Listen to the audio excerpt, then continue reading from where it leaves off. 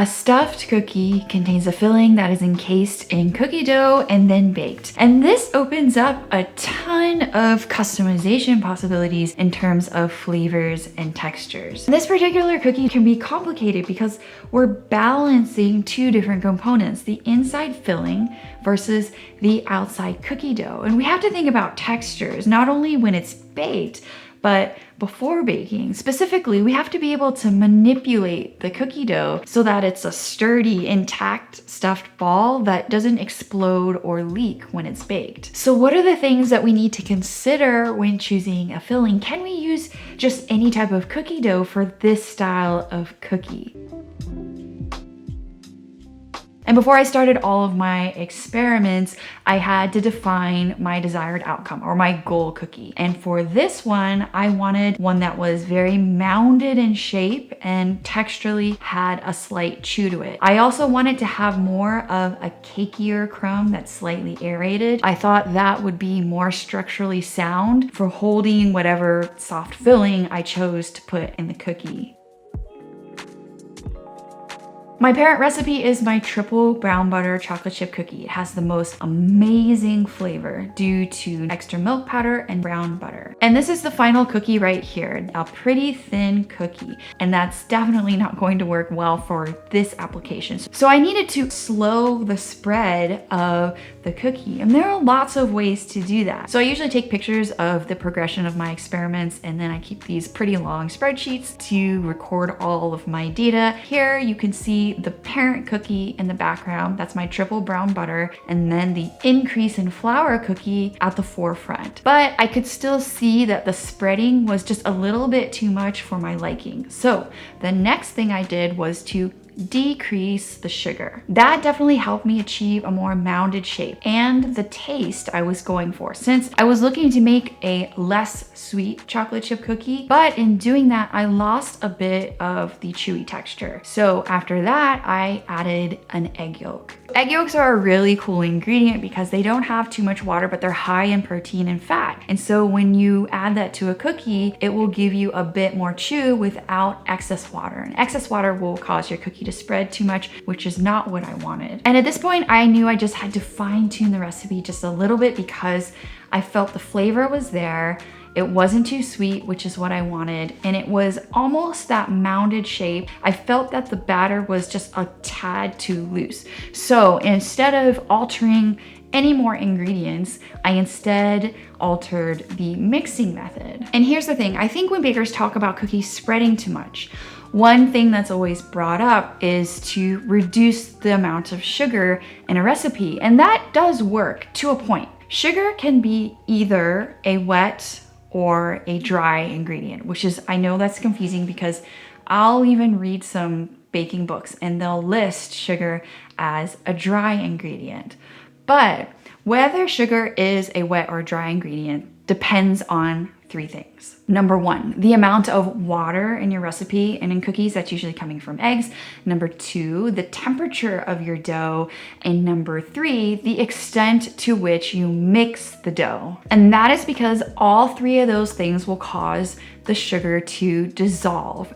The more sugar dissolves, the more your water component of the recipe increases and the more your cookie will spread. And that's what's going on with my dough here. See, its parent recipe is the brown butter chocolate chip cookie recipe. For that one, I have to melt the butter to super high temperature to brown the milk solids, and then I add sugar and eggs and mix it. That causes a lot of the sugar to dissolve and spreads a little bit more in the oven and creates a super chewy texture. And that's totally fine. That's what I wanted for that recipe. For this one, I want the dough to remain a little bit more intact and spread less. And so I'm gonna try to get the sugar to dissolve less by altering a little bit of the method. I'm still gonna make the brown butter. That is a non-negotiable for me because it adds so much flavor. But before using it in the recipe, I'm gonna allow it to cool to a softened stage. I'm then going to add cold eggs, which again will bring the temperature of the dough down, and very gently mix in all of the sugar. It will still feel quite granular compared to most other types of brown butter chocolate chip cookie doughs. Then I'm going to chill it before baking. And all these things prevent the sugar from dissolving too much and gives me much more of an intact dough that doesn't spread as much in the oven. So that is my experimental process in a very small nutshell. There were a lot of other things that went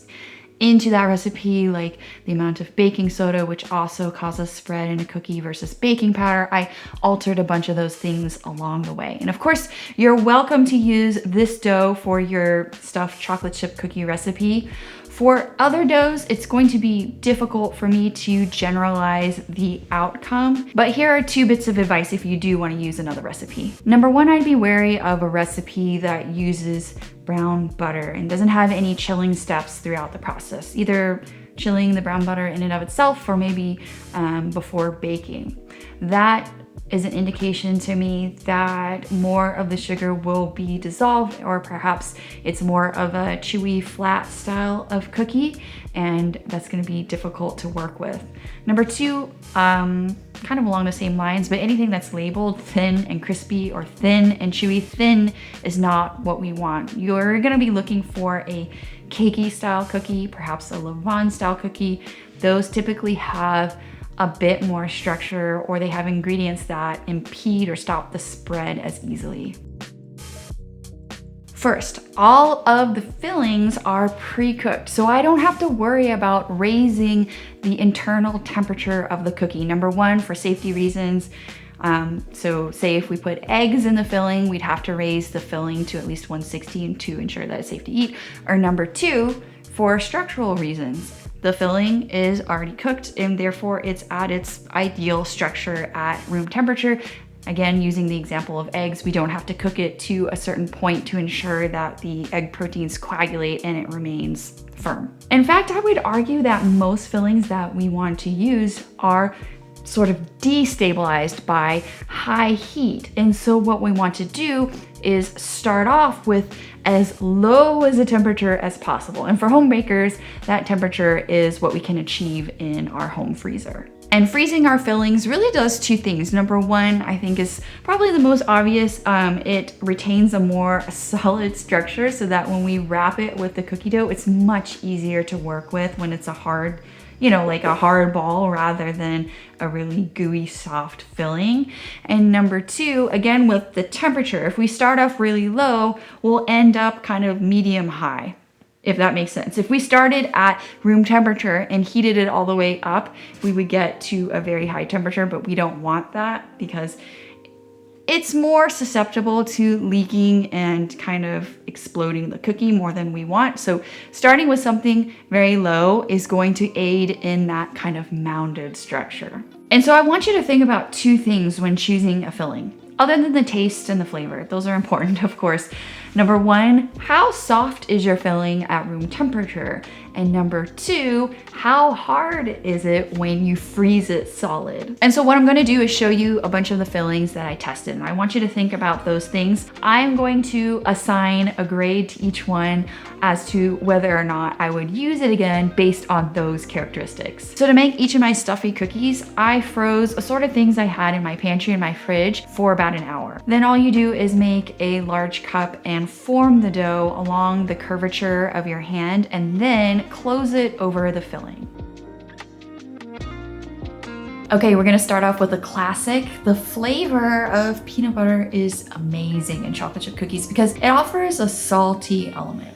Freezes rock hard, which makes it perfect for stuffed cookie beginners and results in a nice creamy center. Next up is Nutella, and that's another great beginner-friendly filling because flavor-wise it pairs well with the cookie and it freezes solid. I think it's also the drama queen of all these fillings because it has this oozy, gooey consistency that drips out when you break into the cookie. And next up is black sesame paste. This one is made of black sesame seeds and maple syrup syrup. It was super easy to work with as it freezes solid. It's also not too sweet and adds a savory component to your cookie. Okay, for dulce de leche, I had a few problems with this one, but only when I used my homemade dulce de leche. That wasn't, quote, well done. The extent to which you cook your condensed milk will not only result in a darker dulce de leche, but it also seems to create a thicker sauce due to protein coagulation, or at least I think that's what's happening. And I didn't have a problem with my coffee dulce de leche that's also homemade because I cooked that one a little further and it was thicker. I also didn't have any problems with store-bought dulce de leche that has agar in the ingredients. The flavor is amazing though. I think this one was my favorite. So if you can get a more stabilized dulce de leche, it's only marginally harder to work with because it doesn't freeze totally firm, but it's still workable. Okay, black caramel sauce. I had some left over from my black caramel apples, and this one was a disaster. Caramel has way too much dissolved sugar, and the moment that heat reaches the interior of the cookie, everything kind of just goes haywire. It was done. It was fun to watch though, tasted delicious, but for this reason, I would not use any caramel sauce inside these cookies. I think you should explore maybe drizzling it on top post baking instead, or just go the dulce de leche route. That one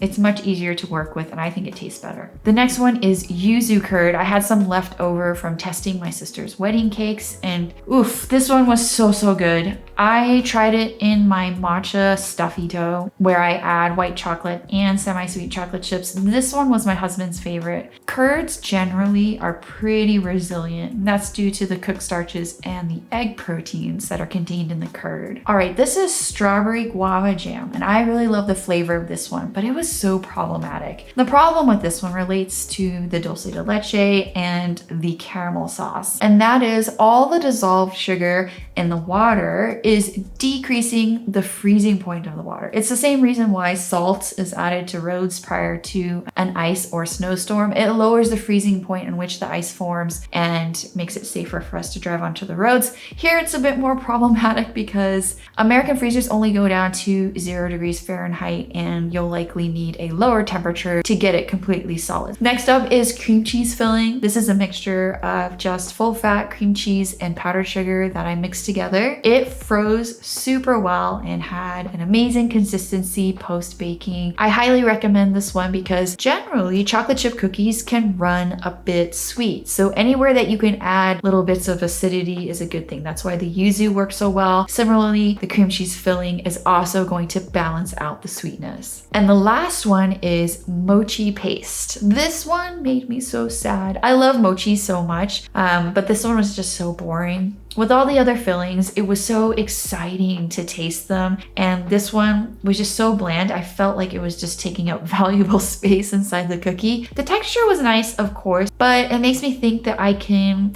pair it with the strawberry jam and perhaps fix that issue and get the best of both worlds with a nice mochi texture and strawberry flavor. So I really hope you give these cookies a try. I'm really proud of how they turned out. I feel like I'm just getting started with this project, so there will probably be more modifications to come. This video is actually supposed to be a matcha ingredient sprint. And that's where I take an ingredient and I study as much as I can about it and then apply it to different desserts. And so that's why you see a matcha cookie in this video, because I had gotten to the cookie aspect of testing matcha and I really liked where it was going.